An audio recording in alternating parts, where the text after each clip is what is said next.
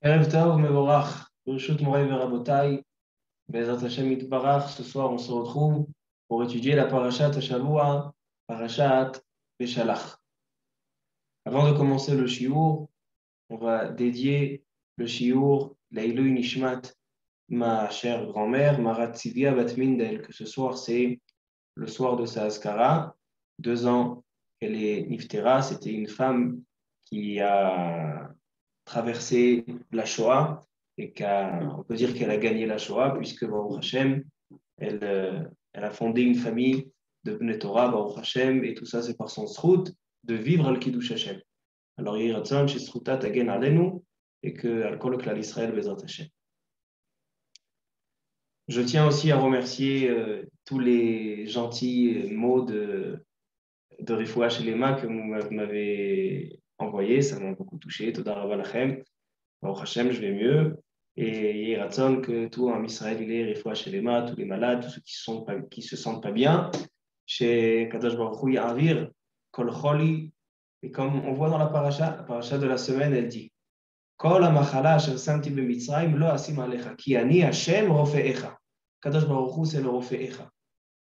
Le Baal HaTurim, il dit pourquoi il y a marqué Rofe'echa avec un P Refouya? Il n'y a pas marqué un P qui est fort.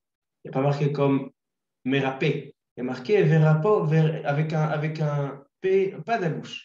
Alors il dit, le Baal HaTurim, un grand Yesod, il dit que quand c'est Akadosh Baruch Hu qui fait la Refoua, alors la Refoua, elle est facile. Le P, il n'est pas d'abouche. La Refoua, elle est facile. Mais si nous, on ne fait pas confiance à Akadosh Baruch Hu, on fait confiance aux médecins, on fait confiance, etc., alors donc qu'est-ce qui se passe? Alors donc le P, il est d'abouche. Alors la Refoua, elle est difficile. Alors donc nous, ce qu'on doit faire comme toujours, c'est des prières à Akadosh Baruch Hu, qui ani Hashem Rofe'echa. Donc la refoua, elle viendra avec Kalout, Bezrat Hashem pour tout. Ce Shabbat, c'est un Shabbat qui sort de l'ordinaire, puisque un événement dans la paracha qui s'appelle la Shirat Hayam va fixer le nom de ce Shabbat qui va s'appeler et se nommer Shabbat Shira. Ce Shabbat, Parashat Beshalach, ça s'appelle Shabbat Shira. Donc on va essayer d'expliquer dans notre shiur pourquoi ça s'appelle Shabbat Shira. Il y a aussi la manne. On aurait pu appeler Shabbat Haman, comme certains qui ont lu cette semaine Parashat Haman. Pourquoi la semaine prochaine on a Parashat Yitro, Aseret Adibrot, on n'a pas appelé Shabbat Adibrot, Shabbat Har Sinai. Aussi c'est un événement important. Non, Shabbat Shira. Qu'est-ce qu'il y a d'important dans le chant d'Am Israël quand ils ont traversé la mer Rouge que pour cette raison on appelle Shabbat Shira. Ça c'est première remarque. Deuxième remarque qu'on va essayer de voir ce soir, Bezrat Hashem, c'est qu'on sait qu'on se trouve dans la période des Shovavim. Shovavim, selon le Harizal, il est écrit ramené dans les écrits du Harizal, que la période des Shovavim, c'est une période propice pour être metaken les inyanim de la Kedusha. C'est-à-dire tout ce qui est dans le Yetzerara des Harayot, la Kedusha, la période des Shovavim, c'est une période mesugelet, une période qui est propice pour rectifier et pour réparer chacun ses avonot et chacun ses chataim. Et il y a marqué un grand chidouche, j'ai vu aujourd'hui, de Rabbi Tzadok à Cohen Milublin, un des grands de la Chassidoute, qui dit que dans toute la période des Shovavim, c'est quoi la période des Shovavim? C'est sur les noms des parashiot. Shemot, Vaera, Bo, Beshalach, Itro, Mishpatim, Shovavim, Rachetevot. Et quand c'est Shana Meuberet, comme cette année où il y a 2 Hadar, il y a encore 2 parachiotes en plus, Teruma Tetzavé, c'est Shovavim, Tat, Teruma Tetzavé. Maintenant, il dit, Rabbi Tzadok à Kohen Melublin, que dans cette période de Shovavim, le Shabbat le plus important, le plus central dans le tikkun des Shovavim, pour être metaken les inyanim de la Kedusha, c'est Parashat Beshalach. C'est aussi ce qu'il va falloir qu'on comprenne. En quoi le Shabbat Beshalach, il est extraordinaire, il sort de l'ordinaire dans le cadre des Shovavim. Ça, c'est la deuxième remarque. Et troisième remarque, cette semaine, la semaine prochaine, viendra la fête de Tou Bishvat. Et donc, on va essayer de rattacher Tou Bishvat à notre paracha, Alpi à Marshava, Alpi à Omek, de comprendre quel est le sens de Tou Bishvat, en quoi ça doit, dans la Avodat Hashem de l'homme, qu'est-ce que Tou Bishvat il peut donner comme enseignement, et qu'est-ce qu'il peut donner comme force, et quel est le sens de Tou Bishvat dans notre Avodat Hashem. Donc ça, c'est Bezrat Hashem, 3 points qu'on va essayer de rattacher à notre paracha. Et maintenant, on va commencer à étudier Bezrat Hashem, parachat Shavua. Donc, notre paracha, elle commence au Perek Yud Gimel, au chapitre 13 de Parashat Beshalach. Et on voit Vayhi Beshalach Paro et Am, Velo Nacham Elohim derech Eretz Pelishtim, ki karov hu, ki amar Elohim, peninachem ha'am birota milchama veshavu Mitzrayim. Et voilà, nous dit la Torah, lorsque Am Israël, ils ont quitté l'Égypte, comme on a vu la paracha de la semaine dernière, ils sortent d'Égypte après toutes les plaies, après tout l'esclavage qu'ils ont subi en Égypte. Ils sortent, Vaï Beshalach Paro, et maintenant Paro, il voit qu'ils font tout un détour. Ils ont trompé Paro. Paro, il pensait que vraiment, comme prévu, ils allaient partir seulement pour faire des sacrifices à Kadosh Baruch Hu, 3 jours, et puis ils reviendront. Et donc, il nous dit Rashi, Paro, il fait attention, on lui envoie un messager que Am Israël est en train de prendre la fuite. Et donc, quand il voit qu'ils prennent la fuite, lui-même, il est allé, il a convaincu les Égyptiens, malgré que les Égyptiens voulaient faire partir Am Israël. Non. Kadosh Baruch Hu, il a dit que les Nissim ne sont pas arrivés à leur fin. Donc, il faut continuer et faire aussi Kriyat Yamsuf. Donc, il y a eu une suite à l'histoire. Paro, il continue, il prend la poursuite. Et ensuite, on a l'histoire connue. Ils arrivent devant la mer va s'ouvrir, ils vont passer, les Égyptiens ils vont engloutir dans la mer, etc., etc. Mais avant, il y a marqué comme ça. Au début de la paracha, Vaikach Moshe et Atzmot Yosef Imo, qui hashbea ishbia et bnei Israël les morts, fakod ifkod Elokim etchem ve'alitem et atzmota yuzeitechem. Première remarque qu'on voit ici, c'est que la Torah nous dit que lorsque Am Israël sont sortis, ils ont pris avec eux les ossements de Yosef. Yosef Hatzadik, qui était le plus grand ministre en Égypte, celui qui a fait installer Am Israël en Égypte. Donc en fait, toute la galoute Mitzrayim, c'est lui qui s'en est occupé, c'est lui qui a pris soin de ses frères. Alors, il a demandé Ashbea Ishbia. Il a fait un serment, il a fait faire un serment à Am Israël que lorsqu'ils vont sortir d'Égypte, ils vont prendre ces ossements et les ramener en Eretz Israël. Comme on voit aujourd'hui, il est enterré à Shrem, Kever Yosef Hatzadik.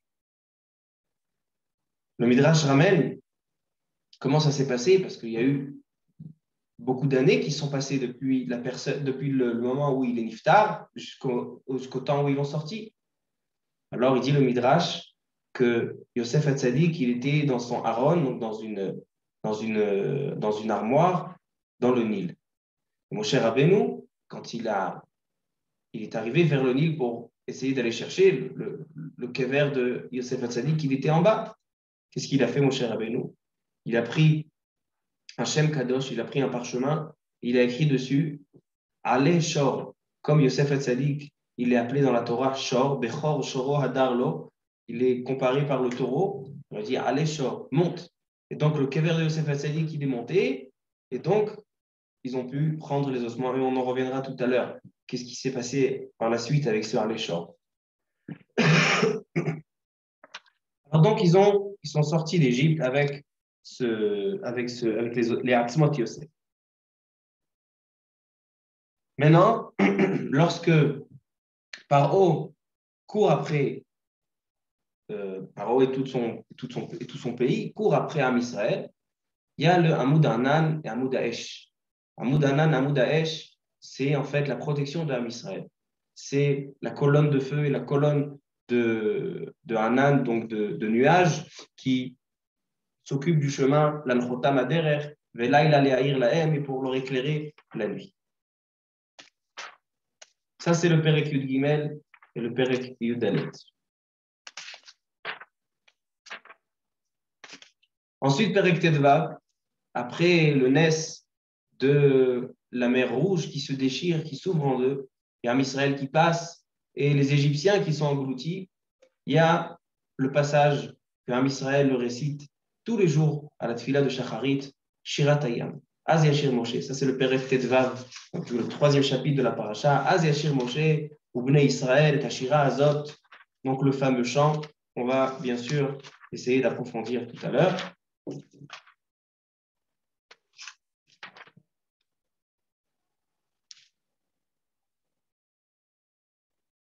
Et par la suite, on a quelques histoires à la fin de la paracha. À la fin de Perek Tetvav, Vayavohu Marata. Après la Kriyat Yam Souf, ils sont arrivés à Mara. Mara, c'est un endroit intriguant, intéressant. A priori, ils étaient une courte période là-bas, mais il s'est passé quelque chose là-bas de très important. Qu'est-ce qui s'est passé? Il y a marqué comme ça. Vayavohu Marata. Ils sont arrivés à Mara. Et pourquoi cet endroit-là s'appelait Mara? Parce que les eaux qui étaient dans les sources à Mara, c'était des eaux qui étaient amères. Mara. Milachon Mara. Donc toutes les eaux n'étaient pas de l'eau douce, c'était de l'eau Mara. Et qu'est-ce qui se passe? Vaïlonu Haram. Am Israël se plaint en disant Manishte, on ne peut pas boire, l'eau est amère. Vaïtzak el Hashem. Kadosh Baruch Hu crie à Kadosh Baruch Hu, Vayore ou Hashem etz. Kadosh Baruch Hu lui fournit un morceau de bois. Vayashlech el Hamayim, il prend ce morceau de bois, il le jette dans l'eau, Vayimteku Hamayim, et l'eau devient douce. Sham samlo, chok u mishpat vesham nisaou. Qu'est-ce que ça veut dire? Il dit Rashi. Sham samlo, bemara natan lahem miktsat parashiot shel Torah. Il y a des premières mitzvot qui ont été livrées à Mara. Qu'est-ce qui a été livré comme mitzvah? La mitzvah du Shabbat, la mitzvah de Para Aduma et quelques halachot comme Kil'ain, l'interdiction de manger du cochon, Achilat Razir, le Sha'atnez. A priori, on aurait pu attendre, sauter cette étape. Kadosh Baruch Hu, pourquoi tu les ramènes dans un endroit où l'eau est amère et après tu y prends un morceau de bois, jettes, l'eau devient douce et là tu donnes des halachot? Viens, on avance. Viens, on arrive à Har Sinaï. Betsura Mesuderet. Tu donnes toute la Torah, toutes les mitzvot, comme il se doit. Non. Il s'arrête dans un endroit, que cet endroit s'appelle Mara, où l'eau est amère, et ils vont jeter un morceau de bois, et l'eau va s'adoucir, et on va leur donner quelques mitzvot. Qu'est-ce qui se passe dans cet endroit-là? C'est un passage dans la paracha qui est court, mais qu'on n'a pas toujours l'habitude de s'arrêter et de réfléchir sur ce passage. Donc, ça aussi, ce soir, Bezrat Hashem, on va en parler. Et ce n'est pas seulement ça. C'est que suite à ce passage, on a la fameuse phrase qui dit, que tout le monde connaît, Kol ha-machala asher samti be-mitzrayim lo asim alecha, ki ani Hashem rofe'echa. Kadosh Baruch Hu, c'est moi qui te donne la refoua, ki ani Hashem rofe'echa. Suite à cette situation, Kadosh Baruch Hu, il donne une bracha, que chaque maladie qui a eu en Égypte, Kol ha-machala asher samti be-mitzrayim lo asim alecha. Il n'y aura pas de maladie, ki ani Hashem rofe'echa. Moi, je suis le médecin, moi, je suis le docteur. Quel rapport à Mara? Ça, c'est un passage intéressant. Et à la fin de la paracha, le Perek Tetzaïn, on a un Israël qui veut manger. Et donc, Kadosh Baruch Hu, il leur envoie le slav et le man. La manne, tout le monde connaît. Toutes les niflaot, les années précédentes, on a parlé plus de l'Inyan de la manne, de tous les nissim qu'il y avait avec la manne. C'était quelque chose d'extraordinaire. Mais aujourd'hui, on ne va pas se focaliser sur ce Inyan-là. Et à la fin de la paracha, ils arrivent dans un endroit où il n'y a pas de à boire.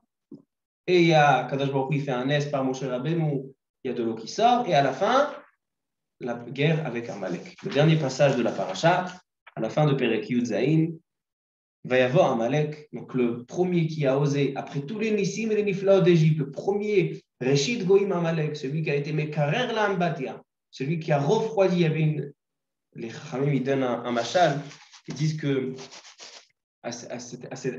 dans cette situation,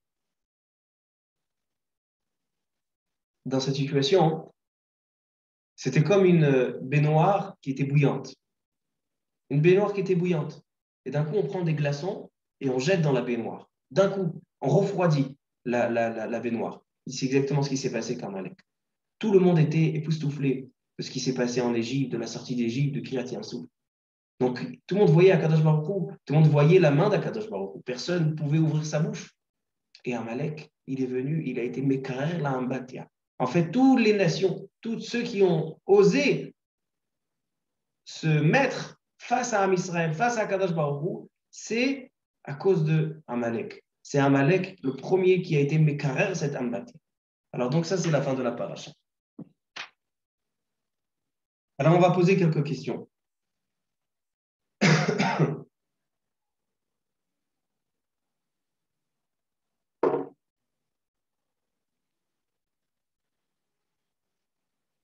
Alors, au début de la paracha, je vous ai fait déjà cette remarque. On voit que Vaikach Moshe et Atzmot Yosef Imo. On ne peut pas sortir d'Égypte sans prendre les ossements de Yosef avec nous.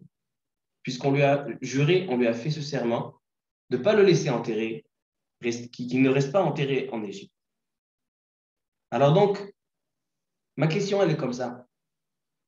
On sait que dans le Teilim, dans les passages du Hallel, on dit Hayam Betzet Israël mi Mitzrayim Bet Yaakov me'am Loez Aïta Yehuda lekocho Israël mamshelotav Hayam Ra'a Vayanos Ayarden Isor le'achor. Qu'est-ce que c'est Hayam Ra'a Vayanos? Là, on parle de Betzet Israël mi Mitzrayim, quand un Israël sort d'Égypte. Et il y a marqué Hayam Ra'a Vayanos.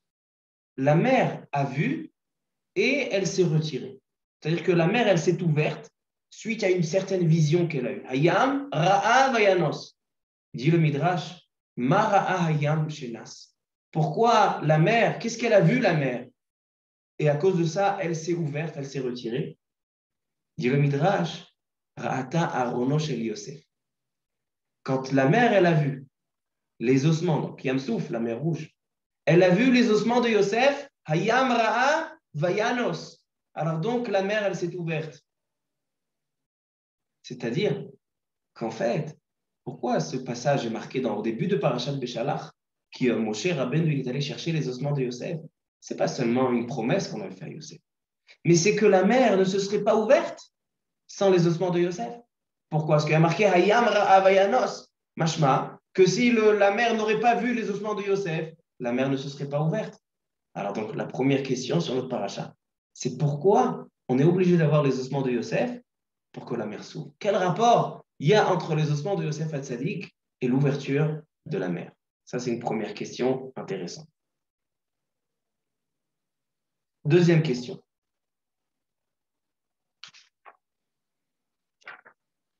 Si vous voulez voir, dans le Perek Yud Dalet, Pasuk Kavbet, il y a marqué comme ça. Suite à Vaïbak'u Hamaim, c'est-à-dire que l'eau de la mer rouge s'est fendue et donc la mer s'est ouverte. Vayavou bnei Israël betoch hayam bayabasha. Vehamaim lahem choma miminam ou misemolam. C'est une phrase intéressante qui est répétée 2 fois dans la paracha.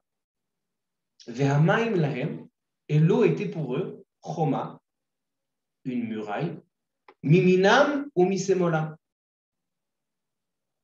J'ai vu dans un sefer qui s'appelle Ber Maim Chaim qui pose la question, il dit pourquoi il y a besoin de me dire, s'il y a marqué que la Torah, s'il y a marqué dans la Torah que la mer s'est ouverte et que Am Israël Bayabasha Betochayam, ils ont marché dans le fond de la mer, donc forcément que l'eau était à droite et elle était à gauche. Pourquoi la Torah a besoin de rajouter encore une phrase et dire Ve'amaim lahem, et l'eau était pour eux Choma, une muraille, miminam ou misemolam. Alors il dit ce sefer Ber Maim Chaim. Il dit comme ça, il dit d'avoir nifla. Il dit que c'est pas que l'eau elle s'est ouverte, ils sont passés. Il dit l'eau elle s'est ouverte et les deux côtés, l'eau, la matière de l'eau, elle s'est transformée en choma.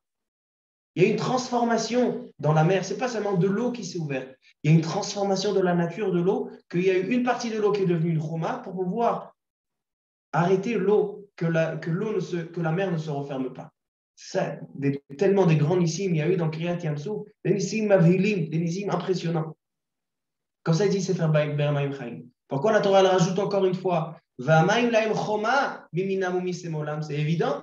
Non, il dit il y a eu tout d'abord l'eau qui s'est ouverte, mais ensuite il y a eu les parois de l'eau, d'accord? Donc la fin de l'eau, que ces endroits-là se sont transformés en chroma.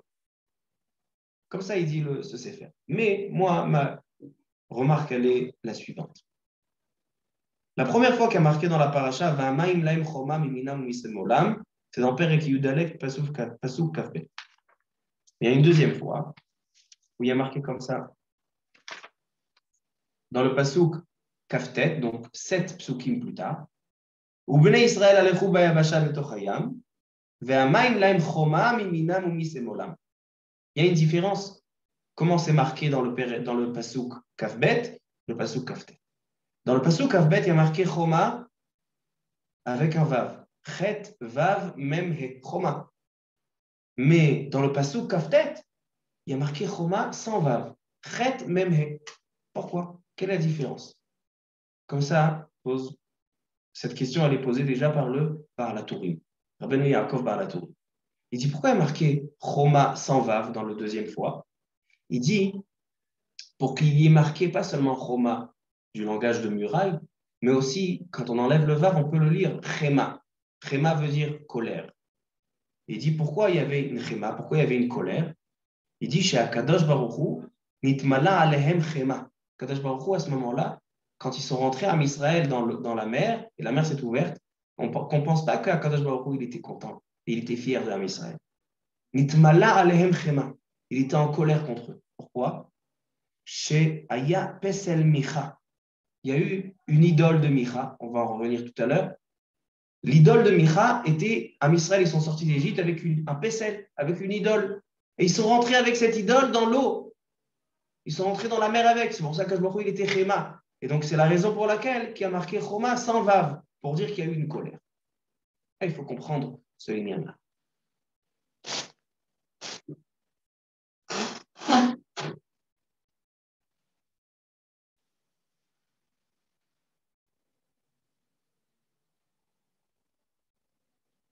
Qu'est-ce que c'est ce Pesel Micha?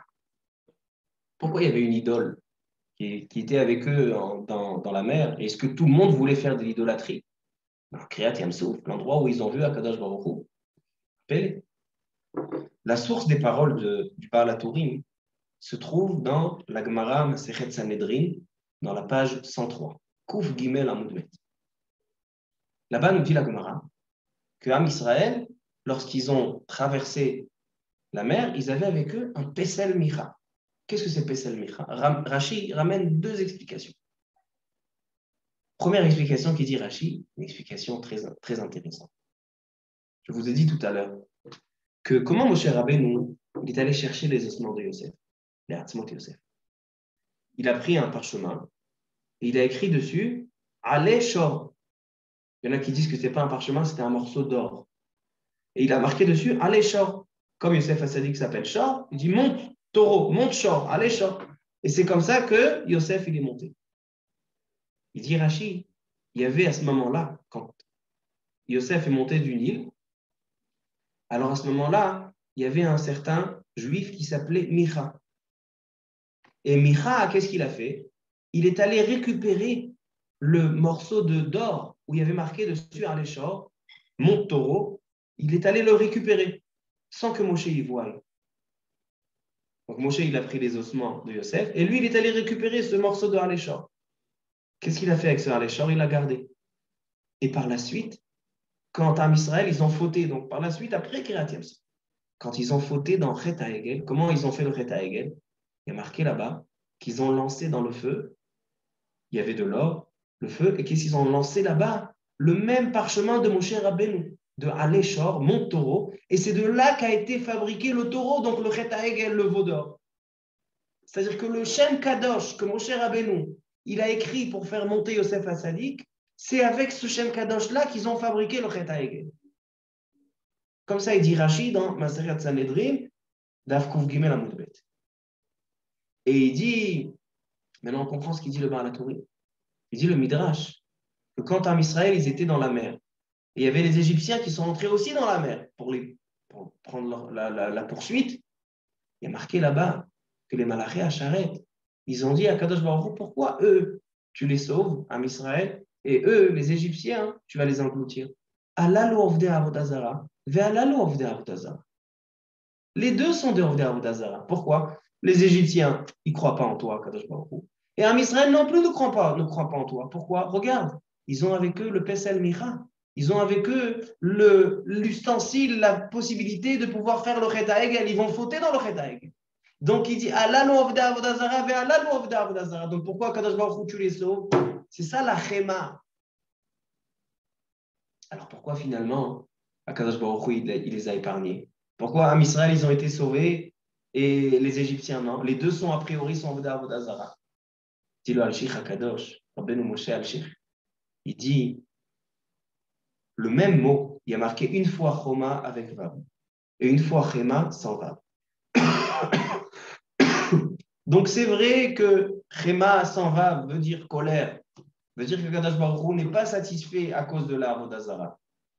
Mais l'autre Choma, c'est muraille. C'est quoi Choma? Il y a marqué que c'est quoi la muraille qui les protège? Miminam ou misemolam. Vehamaim laim choma. Miminam ou misemolam. C'est quoi miminam ou misemolam? Il dit le Midrash. Miminam, ils avaient à leur droite la Torah. Comme il y a marqué, Mimino eshdat lamo. La Torah, elle est à la droite. Mimino eshdat. Donc, ce qui a marqué, Vehamaim laim. En maim et la Torah. Vehamaim lahem choma. Qu'est-ce qui est la muraille qui les protège? C'est l'eau qui se trouve miminam ou misemolam. C'est quoi misemolam? Elou tfilin. Tfilin, ça se met à la gauche. Donc en fait, Am Israël, pourquoi? Malgré qu'ils étaient en Ovdei Avodah Zara, parce qu'ils avaient l'ustensile, le Haléchor, qui va leur permettre de fabriquer le Chet HaEgel, pourquoi ils ont réussi à sortir de la mer? Parce qu'ils avaient la Torah et les Tfilin. Comme ça, il dit le Midrash. Comme ça, il dit le Al-Shich HaKadosh. Maintenant, ça, c'est ce qu'on va essayer d'expliquer ce soir. En quoi la Torah et les Tfilin, c'est ce qui va les sauver de la Avodah Zara.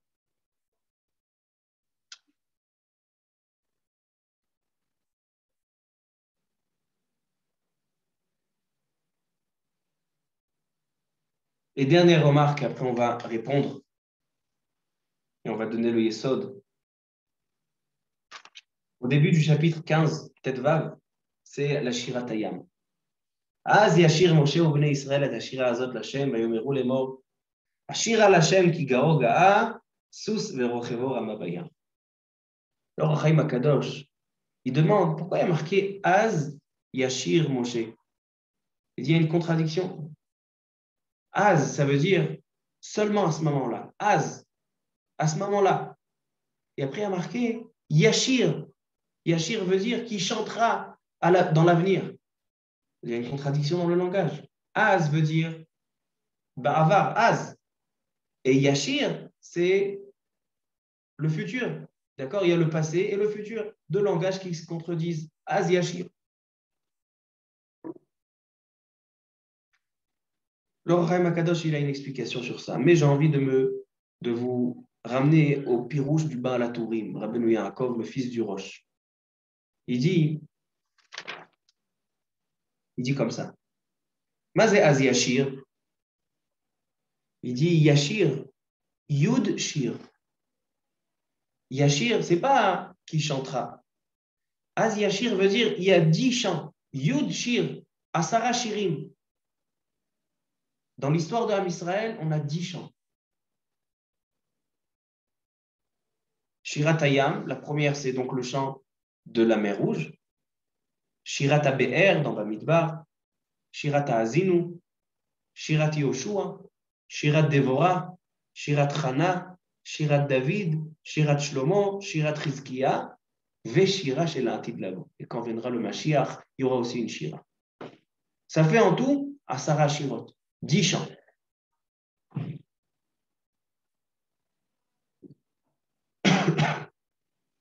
La haftara de cette semaine, c'est l'histoire, le chant de Dévorah, avec ce qui s'est passé avec Sisra et Yael Eshet Cheverakeni, qu'elle a tué Sisra. Donc il y a eu aussi une Shira. Donc en fait, la haftara aussi nous ramène un de ces chants, de ces 10 chants. Mais ma question, elle est la suivante. Pourquoi, en quoi le chant de Moshe Rabbeinu à l'époque de la mer, en quoi il vient symboliser les 10 chants et le chant de la Hatid Lavo, le chant de la Géoula? quel rapport entre le chant de Moshe Rabbeinu lorsqu'ils sont sortis de la mer et le chant de la Géoula de l'Atik là-bas. Donc voilà, je vous ai présenté toutes les questions.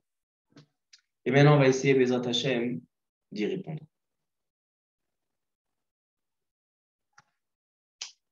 Il y a un sefer qui s'appelle Brit Tzadik. Brit Tzadik de Rabbi Tzadok à Kohen Milublin. Rabbi Tzadok à Kohen Milublin, c'était un des grands chassidim, mekoubalim, tzadikim, kedoshim. On raconte sur le Rabbi Tzadok à Kohen Milublin qu'il était tellement gaon vecharif, même de son plus jeune âge, qu'un de ses livres les plus complexes et les plus profonds, il a écrit à l'âge de 16 ans. À l'âge de 16 ans déjà, il écrivait des ma'arachot et des pilpulim dans le chasse et dans les poskim, dvarim niflaim beyoter. Il avait un kisharon, donc vraiment un don extraordinaire, et vraiment il a exploité ce don. Il est devenu celui qu'il est devenu, Rabbi Tzadok à Kohen Milublin. Et Rabbi Tzadok à Kohen Milublin, il pose la question qu'on a demandé tout à l'heure. Pourquoi le Shabbat, dans lequel on lit la parashat Beshalach, on nomme ce Shabbat Shabbat Shira? On a quelques Shabbatot dans l'année où le Shabbat, il a un nom. Par exemple, entre Rosh Hashanah et Kippour, on a Shabbat Shuvah. Shuvah Israël, Hashem Elokecha, la Haftara, elle est Am Israël fait Shuvah, alors ça s'appelle Shabbat Shuvah. On a, avant Pessah, Shabbat Agadol. On a, avant Tisha B'Av, Shabbat Chazon. Et on a, après Tisha B'Av, on a le Shabbat de la Nechama.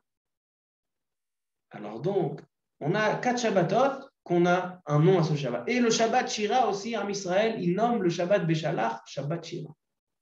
Alors il dit, le Rabbi Tzadok Kohen Milublin, il dit, je comprends tous les Shabbatot, mais je ne comprends pas Shabbat Shira. Il dit pourquoi? Il dit Rabbi Tzadok Kohen Milublin qu'il y a une Gemara et un Zohar. Tout le monde connaît cette Gemara et ce Zohar qui disent Il malait meshamrin Israël shte Shabbatot keilchatan miyad nigalim.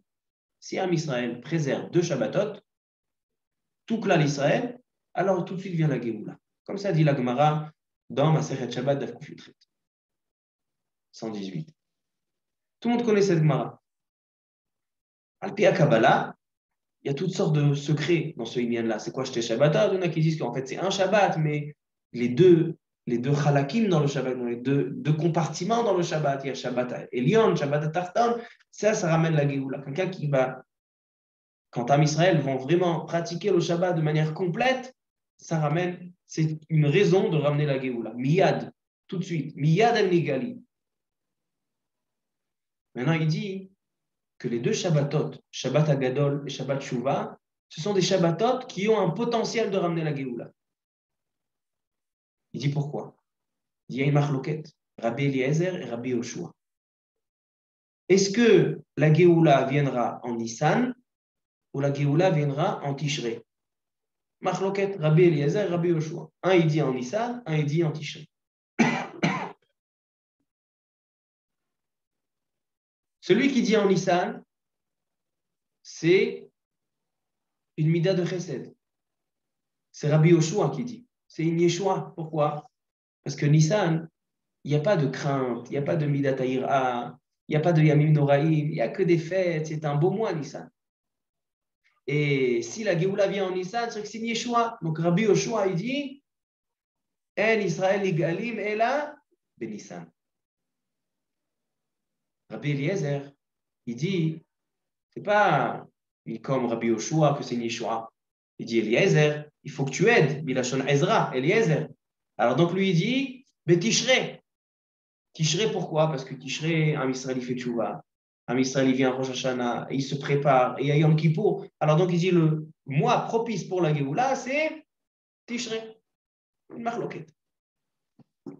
Maintenant, les 2 Shabbatot qu'il y a, un en Nissan, c'est Shabbat Agadol, et un en Tishrei, c'est Shabbat Shuvah. Ces 2 Shabbatot, ils ont une capacité de ramener la Géoula dans les mois de la Géoula, parce qu'il m'allait Shamé Shavrin Shte Shabbatot, Miyad Nigali. Donc le Shabbat de Shabbat Agadol des Nissim, c'est propice pour la Géoula de Nissan. Et Shabbat Shuvah de la Tchouva, il est propice pour la Géoula de Tisha. Donc il dit en fait, ces deux Shabbatot, je comprends, le nom est justifié. Ce sont des Shabbatot à marquer. Il dit c'est pareil pour Shabbat Razon, c'est le Shabbat qui précède Tisha B'Av, et aussi le Shabbat qui suit Shabbat Nachamu, Shabbat de la Nechama, qui suit Tisha B'Av. Pourquoi? Parce que les deux aussi nous parlent de la Géoula. Avant Tisha B'Av et après Tisha B'Av, c'est aussi des temps propices pour la Géoula. Pourquoi? Parce qu'Am Israël, il vient dans le Churban Bet Hamikdash, il est mit-abel, kol mit-abel al Yerushalayim zoche veroe vesimchata. Alors donc le Shabbat Chazon, c'est la Nevoua Chazon, de voir le Mashiach qui vient. Et Nachamu, c'est une Nechama, quand je vais nous redonne le Bet Hamikdash. Donc ces deux Shabbatot aussi sont à marquer. Il dit, mais le Shabbat Shira, qu'est-ce qui vient symboliser comme Géoula? Qu'est-ce que le Shabbat Shira vient symboliser en tant que Géoula? Pourquoi il demande Rabbi Tzadok comme Lublin? Pourquoi on veut démarquer le Shabbat Shira en tant que Shabbat Shira, lui donner un nom, comme s'il a à voir avec la Géoula Atédite, avec la Géoula. Cette question-là, elle rejoint la question qu'on a dit tout à l'heure, que Aziyashir, le Yud Shir, c'est un chant qui aura la Géoula. Donc on voit qu'en fait, la Shira, elle a, le chant qu'il y a eu, elle symbolise la Géoula. Et c'est ça ce qu'on va essayer de... Et c'est pour ça que ce Shabbat, ça va être Shabbat Shira. Parce que dans le Shabbat, où on lit la Shira Tayam, il y a une capacité, il y a une force, une énergie, une certaine énergie qu'on va essayer d'expliquer, qui symbolise la Géoula. Ça, c'est ce qu'on va essayer de comprendre avec le Rabbi Tzadok HaKohen Miloubli.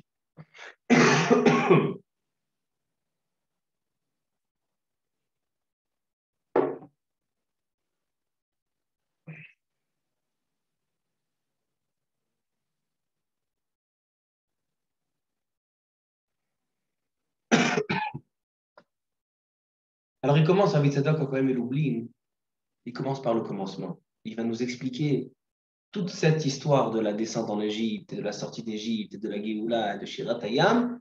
Il va nous expliquer d'une manière très intéressante. Et c'est ça, en fait, qui nous rattache à la période des Shovavim. Il dit à Israël, ils sont descendus en Égypte. Selon la Kabbalah, il y avait un tikkun à faire, c'était le Pugam Abrit, c'est la Kedusha. D'accord? Donc c'est le Yetzer Hara des Harayot. D'où on sait? Il dit parce qu'en Israël, ils sont descendus en Égypte à partir du moment où il y a eu la vente de Yosef. Qu'est-ce qui a fait descendre Am Israël en Égypte? Yaakov Avinu, pourquoi il est descendu? C'était parce qu'il y avait Yosef Hatzadik en Égypte. Et Yosef Hatzadik, il a été vendu. Alors pourquoi Yosef Hatzadik, il a été vendu? Il dit parce que Yosef Hatzadik avait accusé ses frères ils sont tombés, ils ont fauté dans la Kedusha, dans le Yetzer Hara des Harayot, dans la débauche. Comme ça, Yosef avait dit sur Yosef et Dipatam Ra Aviem, c'est ce qu'il avait accusé sur ses frères. Maintenant, les frères de Yosef Hatzadik, ils savaient qu'eux, ils n'ont rien fait. Donc, ils ont dit, si Yosef nous accuse d'une chose qu'on n'a pas, qu'on n'a rien fait, Kaniré, que lui-même a fauté, Kol HaPosel, Bemumo Posel. Quelqu'un qui accuse une personne, et la personne est innocente, c'est que cette accusation se trouve dans la personne qui vient accuser. Kol HaPosel, Bemumo Posel. Donc, ils ont dit Kaniré que Yosef, lui, il a fauté dans la faute de la Kedusha. Qu'est-ce qu'ils ont fait? Ils disent, venez, on le vend, qu'il aille en Égypte, qu'il aille faire un tikkun. En Égypte, c'était le pays qui était le pays le plus fort dans cette Yetzer Hara des Harayot, dans la débauche, le pays le plus bas et le plus tamé à ce niveau-là, c'était l'Égypte. Donc il a dit, il faut l'envoyer en Égypte pour qu'il aille se séparer de ce Inyan-là du Pugam Abrit, et après, il va pouvoir être Metoukan. Donc en fait, les frères de Yosef, ils ont fait ça pour être Metakenot. Maintenant, Yosef Hatzadik, on sait très bien que lui, il n'a pas fauté. Alors qu'est-ce qui s'est passé? Il a fait descendre tous ses frères, tout Am Israël, pour qu'il y ait une tchouva collective de tout Am Israël, de ce Pugam Abrit, de la Kedusha, de savoir combattre ce Yetzer Hara des Harayot.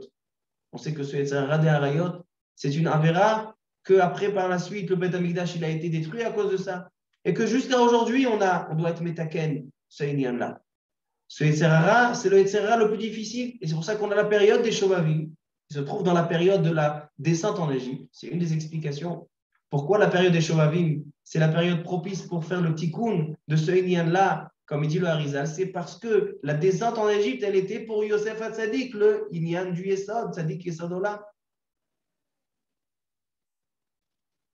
Alors il continue et il dit, on sait que quand Akadosh Baruch Hu, il voit dans le monde la débauche, Yetzirah des Harayot, alors comment il juge, comment il punit? Il punit avec l'eau. Pourquoi? On voit qu'à l'époque du Maboul, l'époque de Noach, Kimal'ah haaretz Hamas, qu'est-ce qu'il y avait là-bas? Il y avait la débauche. Et qu'est-ce qu'il a fait à Kadosh Baruch Hu pour punir le monde qui a Eshrit, Kol Basar et Darko à la Haaretz? Il a fait ramener l'eau, le Maboul. C'est-à-dire que l'eau, elle vient punir, elle vient rectifier et réparer ce chet et ce avon de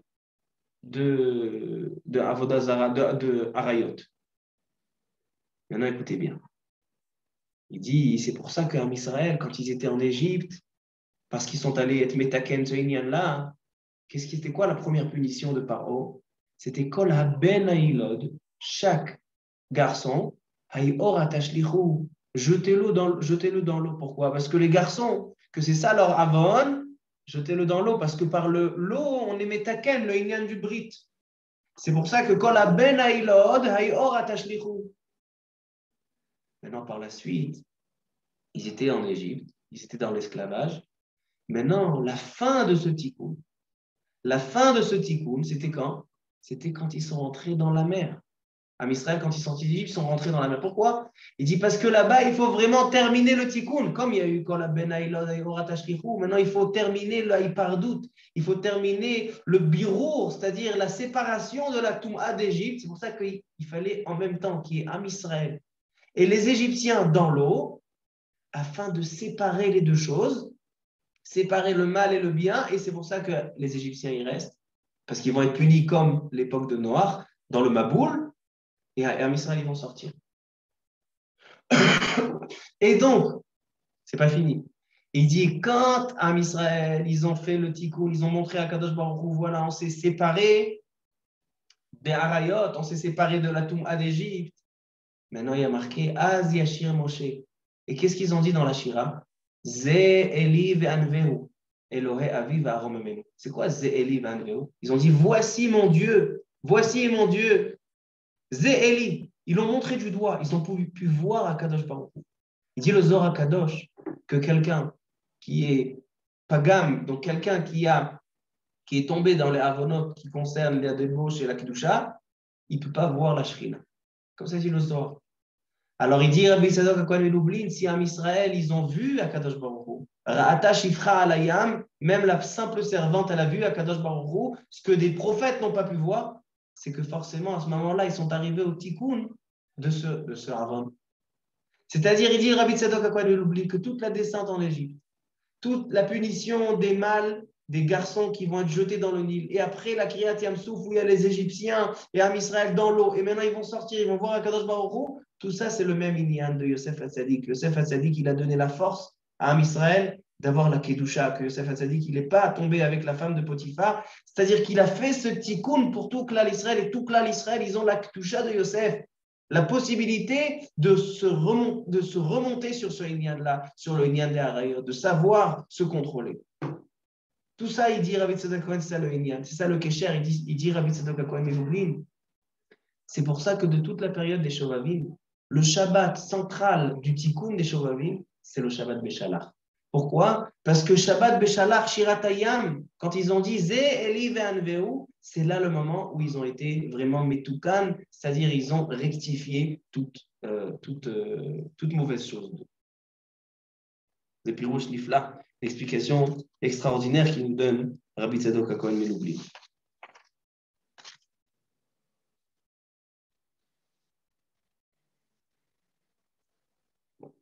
Maintenant, il dit Rabbi Tzadok Cohen Melublin, on comprend.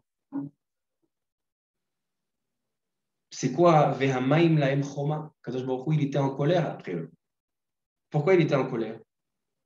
Parce qu'en Israël, ils étaient en Égypte et donc ils avaient le tikkun à faire. Cette séparation, comment on fait un tikkun? Quelqu'un qui est capable de se travailler sur ses retsonotes, sur ses envies, sur toutes ses tentations. Quelqu'un qui travaille sur ses tentations, sur son Yetzer Hara, même pas seulement dans des choses, dans ces inyanim-là. Dans chaque petite chose, s'il ne s'entraîne pas à faire la guerre contre son Yetzer Hara, il tombera un jour ou l'autre. Parce que quelqu'un qui est toute la journée dans un Beth Midrash, ou quelqu'un qui est toute la journée dans son travail où il n'y a pas de problème, alors donc il ne vient pas en Nisayon, mais s'il ne s'entraîne pas, un jour viendra le Nisayon et il tombera. Donc un homme est obligé de se faire, comme on dit, se faire les muscles, c'est-à-dire de se préparer en cas de Nisayon. Alors il dit, en Israël, ils étaient dans l'eau, et il y avait les Égyptiens dans l'eau, tous dans la mer. Maintenant, Kadosh Baruch Hu, il dit, mais qu'est-ce qui va me prouver que vous vous êtes séparés et que vous n'êtes pas influencés des Égyptiens et que vous vous séparez de la Toum'a d'Égypte? Alors il dit Rabbi Tzadok HaKohen Lublin, c'est pour ça qu'ils avaient la Torah et les Tfilin. La Torah et les Tfilin, vous savez, le Zohar HaKadosh, il dit que le Pogam Abrit, la union de la Kedusha, c'est le Havon le plus chamour. C'est la Avera la plus grave. À tel point que dans le Zohar, il y a marqué qu'il n'y a pas de tchouva. On ne peut pas faire tchouva sur ce Havon-là. À la Khalem Maaseh, on peut faire tchouva. Le Rambam, il dit En davar ha'omed bifnei tchouva. On peut faire surtout tchouva. Mais il explique qu'est-ce que veut dire on peut faire tchouva. Il dit parce que la tchouva, elle est au cœur, au niveau du cœur. Quand quelqu'un il veut faire tchouva, il regrette. Alors dans son cœur, il fait tchouva. Il dit mais le Havon de Pugam Abrit, c'est un Havon qui atteint même la marshava. Alors il dit comment on peut être métaken de ce Pugam si on rectifie avec la marshava. Et quels sont les deux mitzvot? Quelles sont les deux actions qui sont liées, qui font travailler la marshava? C'est la Torah, l'étude de la Torah. Quelqu'un qui étudie la Torah, alors la marshava, elle est nitheret. La marshava, elle se rectifie. Et donc, celui qui veut savoir qu'est-ce qu'il a comme tikkun, la marshava, par la Torah. Ça, c'est une chose. Et deuxième chose, par les tfilin. Les tfilin, on les met keneged la marshava, dans la tête. Et tfilin, tsarir gufnaki. Il faut être propre pour les tfilin. Donc, il dit que la Torah et les tfilin, ce sont les deux choses qui font le tikkun de la marshava. C'est ça le tikkun shalem du Pugam Abrit. C'est pour ça qu'Am Israël, il y a marqué pourquoi Am Israël, ils n'étaient pas engloutis comme les Égyptiens? Il dit parce qu'ils avaient Miminam et Misemolam. Ils avaient la droite et la gauche. C'est quoi? La droite, c'est la Torah, Mimino et Shlatlam. Et la gauche, c'est les Tfilin qu'on met à gauche. Pourquoi? Parce que les deux, c'est Inyanim Sheba Marshava. C'est le tikkun sur le Pugam Abrit.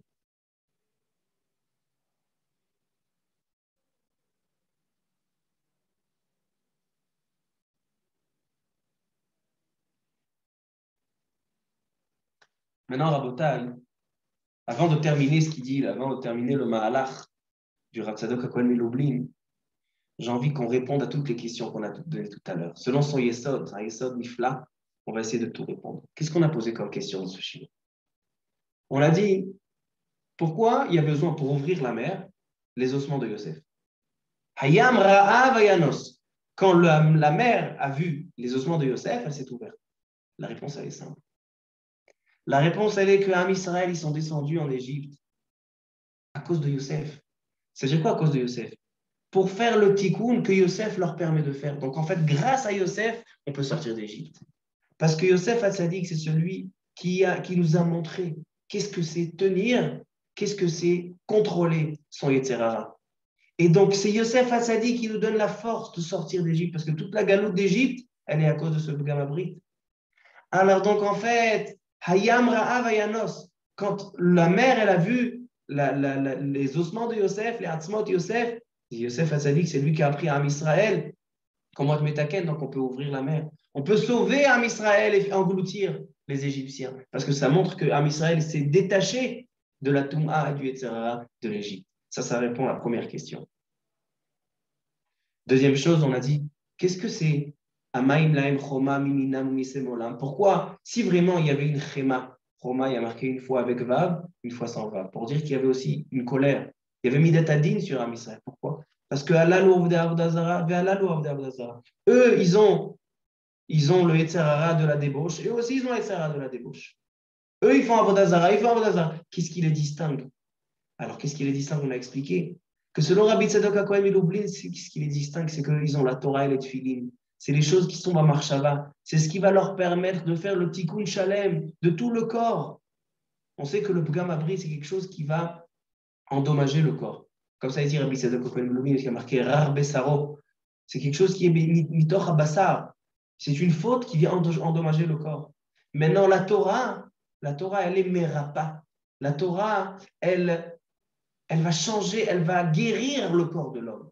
C'est-à-dire que la Torah et les Tfilin, c'est ça ce qui va leur dire, c'est ça qui vous distingue des Égyptiens. Et donc, c'est pour ça que les Égyptiens, ils vont être engloutis et vous allez être épargnés.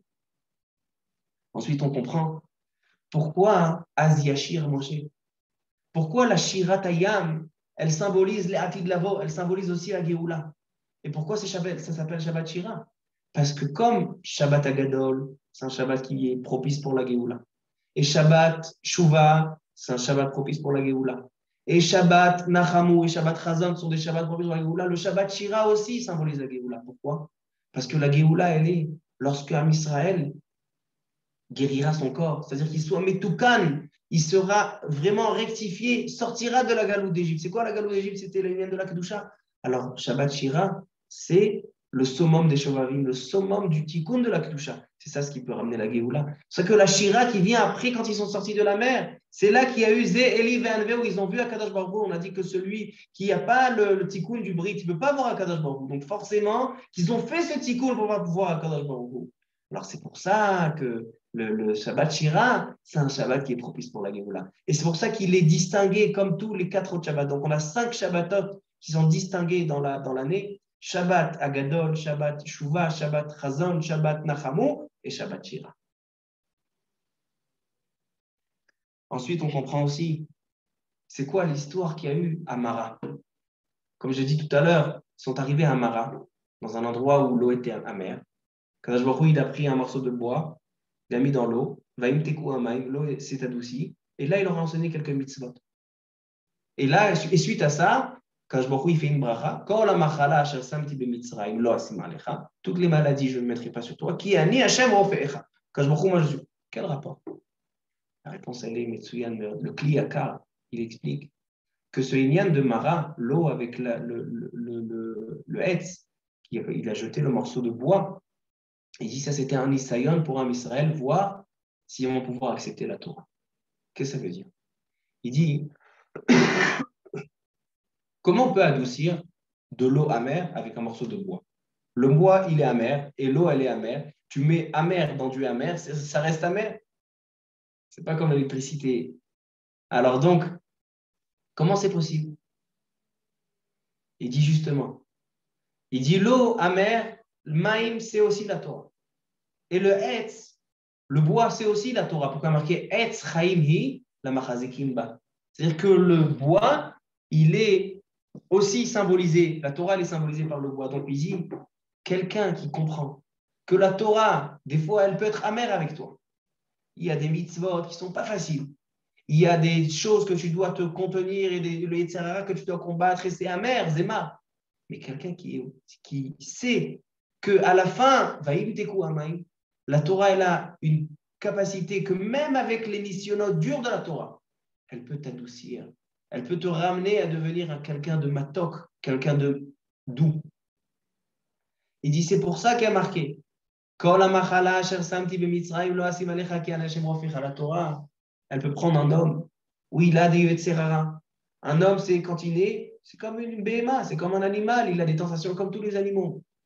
Mais par la Torah, il va pouvoir prendre cette amertume et la transformer et faire un ripouille, changer son corps, changer tout son ADN pour arriver à être Metoukan. C'est pour ça que suite à cette histoire-là de Mara avec la Maïm, chez Inteku Amaïm, dit le Kliyaka, c'est pour ça qu'ils ont reçu des mitzvot. Ils ont reçu les premières mitzvot, le Shabbat. Ils ont reçu Para Adouma. Para Adouma, c'est quoi Para Adouma? La Para Adouma, ça vient être Mamtik le Tahor. Il y a quelqu'un qui est impur, il est Amet, Mémet. Et donc, qu'est-ce qu'on vient faire? On lui jette de l'eau et d'un coup, il devient Tahor. C'est-à-dire que la Torah, elle a cette capacité d'être Mamtik autre. Même si tu penses que la Torah, elle est amère, comme le Hetz, il est mamère. Et le maïm, elle est marine, mais après, vaïm, tekou maïm. Quand tu prends le bois et tu prends l'eau et tu les relis, tu les rattaches, vaïm, tekou maïm. L'eau, elle devient douce. Et dernier détail, on dit dans Raziachir, Micha mocha ba'elim Hashem. Qu'est-ce que c'est Micha mocha ba'elim Hashem? Et maintenant, on va venir rattacher avec Tu Bishvat. Maintenant qu'on a compris qu'est-ce que c'est Shabbat Shira et Shovavim, maintenant on termine avec Tu Bishvat. On dit Micha mocha ba'elim Hashem. Comment tu es grand à Kadosh Baruch Hu dans les dieux? El et Elim. Micha mocha ba'elim Hashem. Il dit le Baal HaTurim. Pourquoi on dit Micha mocha ba'elim Hashem?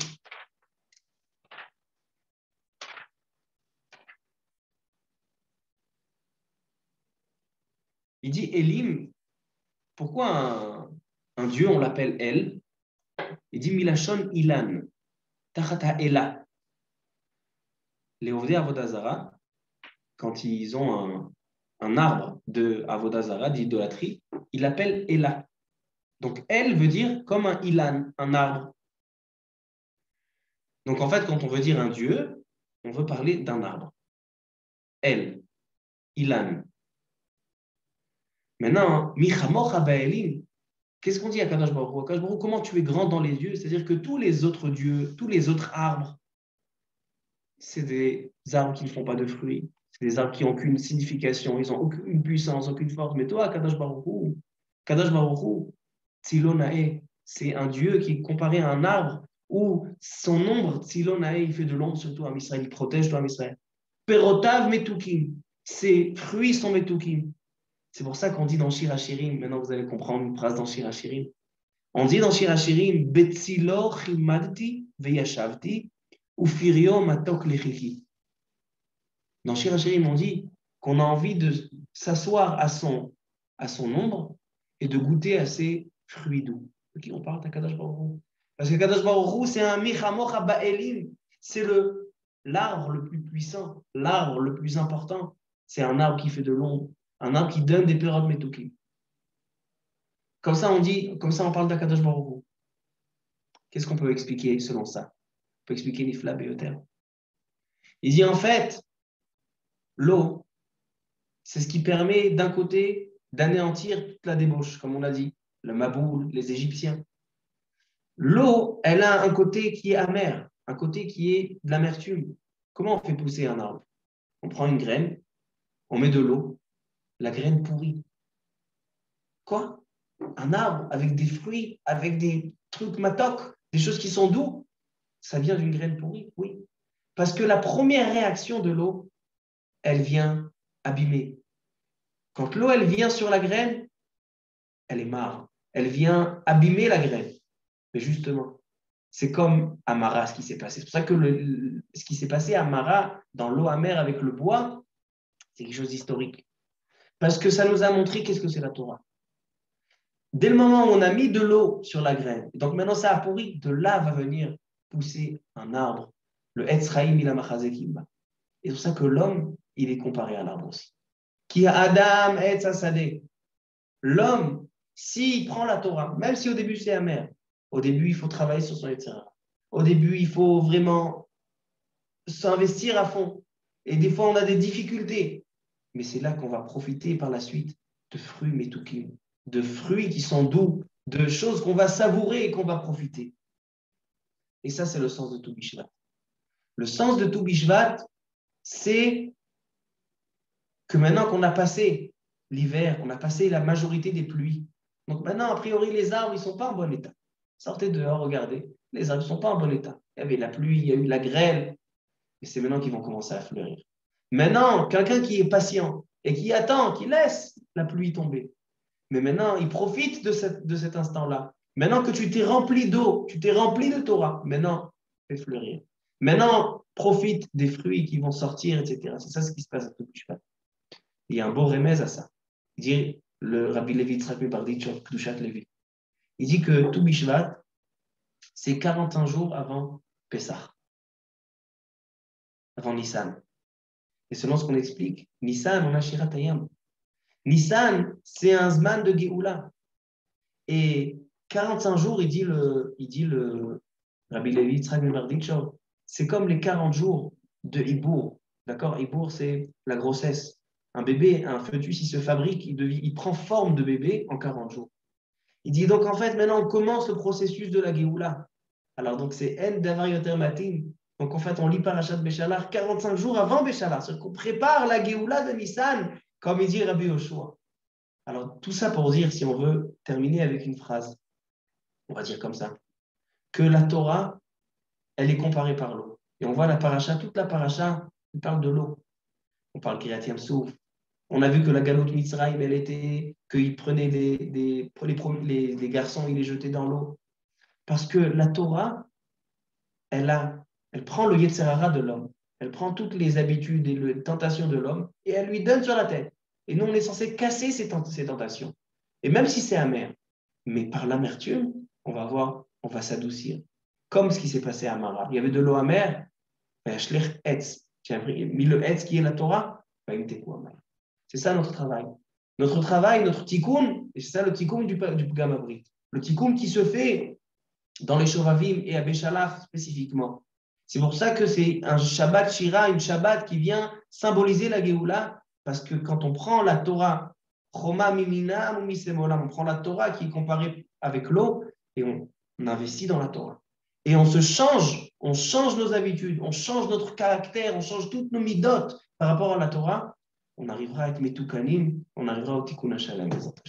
Baruch Adonai Le'olam, Amen ve'Amen.